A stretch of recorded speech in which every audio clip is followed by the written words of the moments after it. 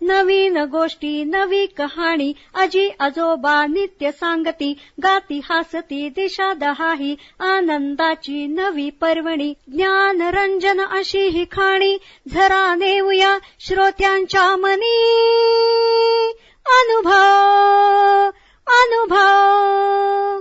जनसेवा फाउंडेशन पुणे प्रस्तुत ज्येष्ठ नागरिकांचा रेडिओ आय रेडिओ अनुभव. राष्ट्रीय समाज रक्षा संस्था, सामाजिक न्याय व सबलीकरण मंत्रालय, भारत सरकार, मीडिया फॉर कम्युनिटी फाउंडेशन पुरस्कृत ज्येष्ठ नागरिकांसाठीचा आय रेडिओ अनुभव. प्रकल्प समन्वयक डॉक्टर आर श्रीधर आणि आलोक वर्मा. रेडिओ समन्वयक पूजा मुरादा, कौशल्या आणि साई सुधा.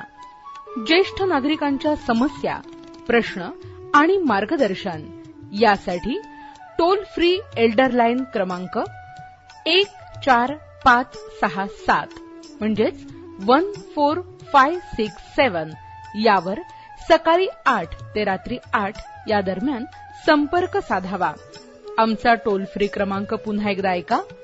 एल्डर लाईन 14567 म्हणजेच 14567. नमस्कार श्रोतेहो, जनसेवा फाउंडेशन पुणे प्रस्तुत आय रेडिओ अर्थात ज्येष्ठ नागरिकांचा रेडिओ अनुभव. आज आपण ऐकणार आहोत डॉक्टर दिलीप देवधर यांच्या मुलाखतीचा भाग दुसरा. विषय आहे ज्येष्ठ ते श्रेष्ठ.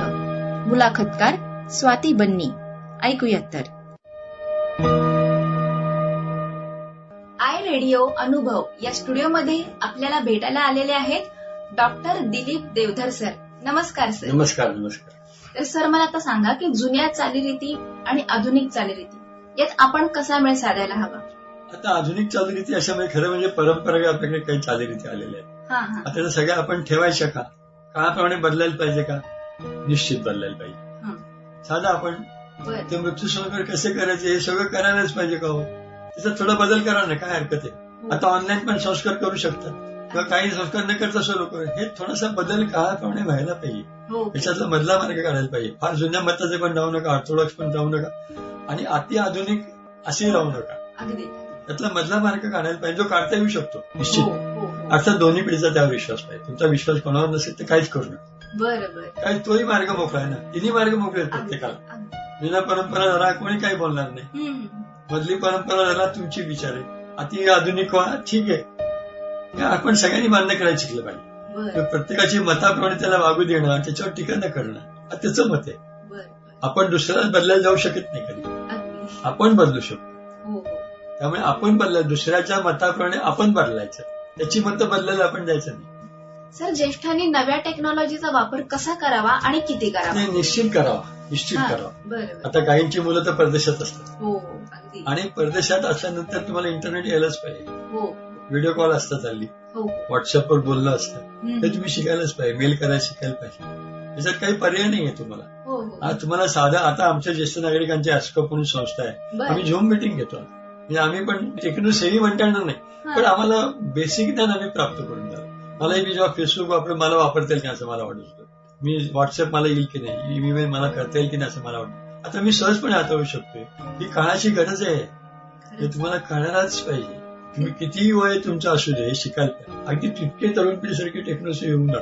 त्यांचा व्यवसाय येतो, त्याच्यावर त्याचं उत्पन्न साधन आहे. आमचं ते उत्पन्न साधन नाहीये, पण आमचं कम्युनिकेशनचं मात्र निश्चित साधन आहे.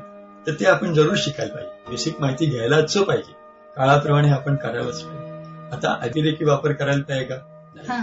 आता मला असं लक्षात येईल की आमच्या येतात की म्हणजे अतिरेकी वापर पण काही वृद्ध करतात. युट्यूब रात्र युट्यूब बघत बसतात. असंही करता का? हे अब्यूज आहे. म्हणून आपली मर्यादा आपण ठेवली. काही काळ अलर्ट करून एवढं मी बघणार आहे असं केलं पाहिजे. हा मोहच आहे. एक प्रकारचा मोह आहे हा. जेव्हा कुठे थांबलं पाहिजे कळतं ना, तेव्हा माणूस काम करायला पाहिजे. कुठं थांबते कळायला पाहिजे, तर तो चांगला तऱ्हेने काम आणि त्याचा वापर चांगला होऊ शकतो. सर, मला आता सांगा, ज्येष्ठ नागरिकांना घरात एकाकीपणा येत असेल तर त्यांनी नेमकं काय करावं आणि कशाचा आधार घ्यायला हवा? आता हा प्रश्न फार गहन आहे, खरोखरच मोठा प्रश्न. आता झालंय काय की पुण्यासारख्या ठिकाणी जे पेन्शनर अनेक कपल्स अशी म्हातारी फक्त दोघं राहतात. जे दामाड तिसऱ्या घरावर नंतर एखादं असं घर असेल की फक्त वृद्ध कपल राहते आणि असे अनेक कपल असतात. त्यातला एक जण आजारी पडला, पार्टनर आजारी पडला, तर दुसऱ्याला काय करावं कळत, अशी परिस्थिती झाली. आणि मग त्यांना मदतीला कोणी करायला मिळत नाही. जवळची माणसं बरी असेल तर करतात, पण सातत्याने मदत करणं हे अवघड पडतं. त्यातून एक पार्टनर जर गेला तर तो माणूस एकाकी पडतो. मुलं परदेशात असतात आणि अशी वय असतात की त्यांना परदेशात येणे अवघड असतं, कारण इन्शुरन्स त्यांचा होत नाही. आजारी पडले तर एवढा खर्च त्या म्हणून होतो की त्यांचं सर्वस्व विकायला लागतं. अशी परिस्थिती आहे.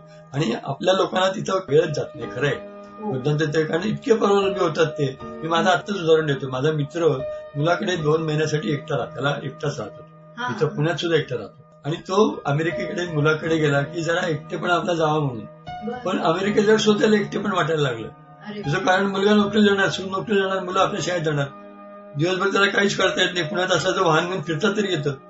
अमेरिकेत तेही करता येत नाही. किती वेळ ते टीव्ही बघणार, किती युट्यूब बघणार. तो अमेरिकन 2 महिन्यात परत आला आणि मग तो परत काला तुम्हाला एकटं वाटायला. मग इथं पण एकटं असतोच की तू म्हणलं, तिकडचं एकटे पण वेगळं, इकडचं एकटे पण वेगळं. आणि आता तो परत आज आला आणि तो म्हणला, दिलीप मला खरंच इतकं एकटं वाटतं, काय करावं. तो म्हणला, तू वेगळे मार्ग शोध काय. पण अवघड आहे, इतकं आपण जे सांगणं सोपं आहे दुसऱ्याला मार्ग, पण त्याच्या मनाने ते घेणं, त्याला ते पटणं, ते आचरणात आणणं. तो आता इंटा फिरता म्हणून ते होतं दुर्बलाचं काय करणार. शरीर दुसरं तर मनही दुर्बलायला लागतं आणि मग ते एकटे पण अजूनच त्याला खायला होतं. पण तरी पण हा जो समाज मीडियाचा तू म्हणलास ना, खरंच एकटेपणा चांगलं आहे. वेळ जाणं अत्यंत चांगलं झालं नाही. अशी परिस्थिती काही दुसरे वाचता पण येत नाही जास्त लोकांना. दृष्टी पण कमी होते, ऐकायला येत नाही, कम्युनिकेशन सगळं बंद होतं.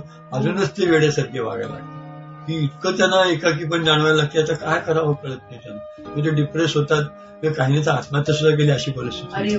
इतकं ते परिस्थिती जातं एकाकी पण. आणि म्हणून हे अवघड आहे. सांगणं सोपं आहे, मला माहितीये. नामस्मरण घ्या, जप जाप करा, आध्यात्मिक वाचन करा, सगळं सांगणं सोपं आहे, मला माहिती. संगीत ऐका, हे सगळं करतच असतं सगळं. तरी पण जेव्हा तो मोकळा असतो तेव्हा त्याला एकटे पण खायला होतं. आणि अशा वेळेला मग मी असं म्हणतो की असा एक ग्रुप तयार केला, जी माझ्या डोक्यात कल्पना आहे गेली काही वर्षांपासून, की एकटे राहतात. त्यांनी एकमेकाला जर एकट्या दुसऱ्याच्या घरात जमलं, दोघांनी एकमेकांना सोबत करा. 2 मेल असतील, 2 फिमेल असतील, त्यांनी असं करावं असं मला वाटतं. किंवा ह्याच्या पुढचं की असेल आमचं का माझ्या डोक्यात, आम्ही 2 वृद्धाश्रम चालवतोच, माझे 2 वृद्धाश्रम आहेत स्वतःचे आमच्या ट्रस्ट. तर काय करायला पाहिजे की आपापली घर सरळ विकून टाकायची आणि जे एकटे राहतात त्यांनी एका ठिकाणी राहिले सगळे, तर ते एकटे पण त्यांचं जाईल. पण आता होतं काय माहितीये का, लोकांना आपल्या घराचा मोह पण सुटत नाही. मी माझ्या घरात राहतो, हा मोह पण सुटत नाही. मग अमेरिकेत ह्याच्यात घरं असतात, मुलं असतात, त्यांनी म्हणावं की असं करणं आवश्यक आहे. नुसते ग्रुप करून होणार नाहीये. त्यासाठी राहायची सोय करायची पाहिजे. ही एक हॉस्टेल सारखं, या वृद्धांचं हॉस्टेलच म्हणायला पाहिजे, हॉस्पिसेस किंवा हॉस्टेल. जे एकाकी वृद्ध आहे त्यांनी घरी न राहता इथं राहायचं. जरूरपणे घरी जात, मी घर विकास म्हणत नाही, जरूरपणे घरी जा, व्यवस्था बघून या, तुमची मुलं उद्या परत जा राहायला. पण एरवी तुमचं आयुष्य इतर समवयस्क लोकांबरोबर काढा. गाणी म्हणा, एकत्र काहीतरी सिनेमा बघा, ह्याच्यातून तुला आनंद मिळेल. आणि एकाकीपणा निदान जो सातत्याने वाटतो तो तरी कमी वाटत असतो. असं एक करण्याची आवश्यकता आहे, आता काळाची गरज येईल. पुण्यासारख्या ठिकाणी निश्चित अनेक असे एकटे वृद्ध आणि स्त्री पुरुष एकटे राहतात किंवा कपल एकटे राहतात, हे जरुरी आहे.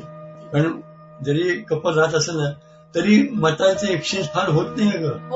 काय बोलावं कळत नाही नवरा बायको. दिवसभर बसलेला असतात, कामापुरतं एकमेकाशी बोलतात, संपलं. असं होतं, म्हणजे मनातलं काय सुद्धा बोललं जात नाही. काय अशी परिस्थिती असते. मग असं दुसऱ्या जण भेटला तर बोलतात तरी येतं.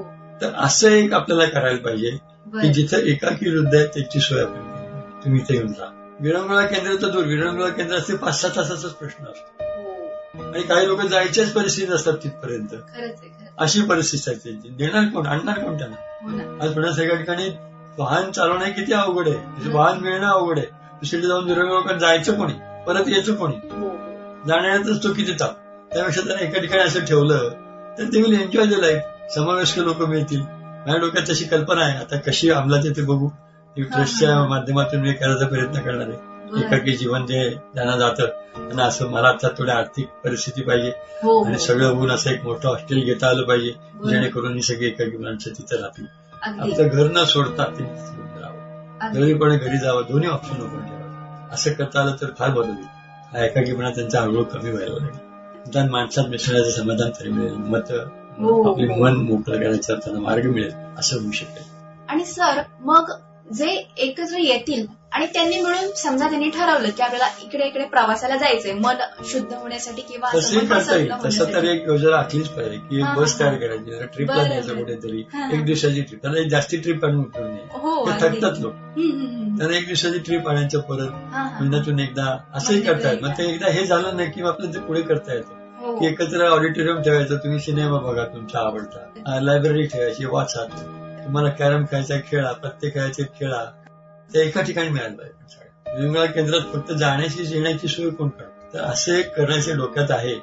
जर यशस्वी झालं तर फार बरं होईल असं वाटतं. या लोकांचा एक प्रॉब्लेम थोडाफार तरी सॉल्व्ह होईल. तर ते माझ्या डोक्यात आहे. आता पुढचं माझं आगामी आकर्षण म्हणतो जे माझ्या सामाजिक सेवेतलं ते आहे. आणि दुसरं, मी अशा स्त्री मुली आहेत किंवा मध्यमवयीन स्त्री आहेत, त्यांचे नवरे गेलेले आहेत, वन चाइल्ड आहे किंवा सिंगल पॅरेंट्स आहेत किंवा घटस्फोटित स्त्री आहेत, मग अशी कित्येक महिला की ज्यांना नवऱ्याशी पटत नाही, वेगळे राहतात, अशा ज्या महिला आहेत या इतक्या डिप्रेशन खाली जगत असतात, त्यांना पण एक कुठेतरी त्यांना आसरा देण्याची आवश्यकता आहे. असं पण एक आपल्याला करायला पाहिजे. सर, मला एक विचारायचं होतं की जे आता एकटे राहतात त्यांनी समजा ग्रुप बनवून, समजा एका छोट्या मुलांचा अनाथाश्रम असतो, तिथे जाऊन भेटले तर त्यांनाही साथ मिळेल आणि त्यांनाही सहवास मिळेल. याच्यापेक्षा उलट म्हणेन मी की अनाथाश्रम वृद्धाश्रम एका ठिकाणी आणायला पाहिजे. एका ठिकाणी लहान अनाथ मुलं राहतात, एका भागात वृद्ध राहतात आश्रमात, आणि ते एक्सचेंज करतात. लहान मुलं बघितली तरी त्यांना इतका आनंद होतो वृद्धाश्रम. म्हणजे त्यांच्याकडे पैशाची, त्यामुळे त्यांनी अडॉप्ट केलं पाहिजे मी त्यांना. खरंच आहे, हो ना. आणि अशी कित्येक होते की पैसा पुष्कळ आहे, माणसं नाहीत, करमणुकीचं साधन नाही, वाचता येत नाही, लिहिता येत नाही, काहीच करता येत नाही, पैसे पुष्कळ आहेत. असं जर झालं तर तो एक अजून एक विषय आहे की मुलांचा आश्रम आणि वृद्धांचा आश्रम असा एकेच ठिकाणी आला, सोन्यावर पिवळं. अगदी अगदी खूप छान होईल ते. तर सर, ज्येष्ठ ते श्रेष्ठ या कार्यक्रमात तुम्ही इतकं छान मार्गदर्शन केलं, यासाठी खूप खूप धन्यवाद. धन्यवाद. मला बोलवलं परत एकदा आपले आभार मानतो.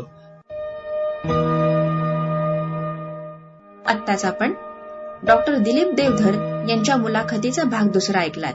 विषय होता ज्येष्ठ ते श्रेष्ठ. मुलाखतकार स्वाती बन्नी. अशाच माहितीपूर्ण कार्यक्रमांसाठी ऐकत रहा जनसेवा फाउंडेशन पुणे प्रस्तुत आय रेडिओ, अर्थात ज्येष्ठ नागरिकांचा रेडिओ अनुभव आय रेडिओ.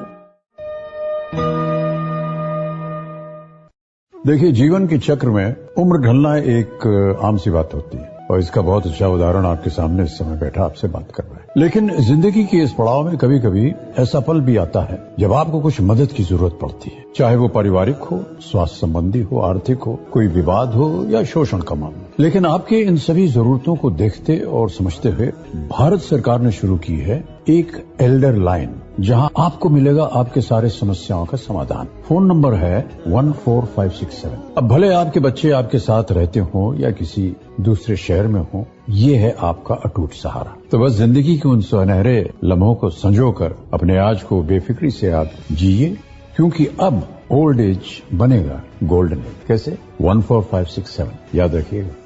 नवीन गोष्टी, नवी कहाणी, आजी आजोबा नित्य सांगती, गाती हासती दिशा दहाही, आनंदाची नवी पर्वणी, ज्ञान रंजन अशी ही खाणी, झरा नेऊया श्रोत्यांच्या मनी, अनुभव अनुभव. जनसेवा फाउंडेशन पुणे प्रस्तुत ज्येष्ठ नागरिकांचा रेडिओ आय रेडिओ अनुभव.